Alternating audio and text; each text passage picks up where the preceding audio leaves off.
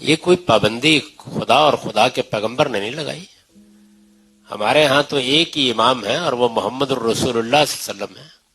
قیامت تک وہی مسلمانوں کے امام رہیں گے. باقی جتنے علماء ہیں یہ بات سمجھ لیجئے کہ امام ہمارے ہاں بڑے عالم کو کہا جاتا ہے، یعنی ایک ایسا دین کا عالم جس سے علماء بھی سیکھیں. غیر معمولی سطح کے جو علماء ہیں ان کو امام کہا جاتا ہے.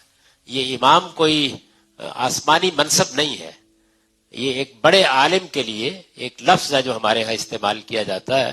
اس وجہ سے آپ کو پورا حق ہے، آپ بھی اپنے اندر اہلیت پیدا کریں. اللہ تعالیٰ نے کوئی پابندی نہیں لگائی. قرآن مجید موجود ہے، سنت موجود ہے، رسالت میں آپ صلی اللہ علیہ وسلم کی تعلیمات موجود ہیں. ان کی روشنی میں آپ جو رائے قائم کرنا چاہتے ہیں کریں، دلیل کے ساتھ کریں. آپ پہ کوئی پابندی نہیں عائد کی گئی. نہ 4 اماموں کی پیروی کرنے کی کوئی پابندی ہے، نہ ایک امام کی پیروی کی کوئی پابندی ہے. یہ چیز تو انتظامی طور پر لوگوں نے اختیار کر رکھی ہوئی ہے، اس کی کوئی مذہبی بنیاد نہیں ہے. تمام انسان بالکل آزاد ہیں، وہ جس چیز کو دلیل کی روشنی میں زیادہ محکم سمجھیں اس کے اوپر عمل کر سکتے ہیں.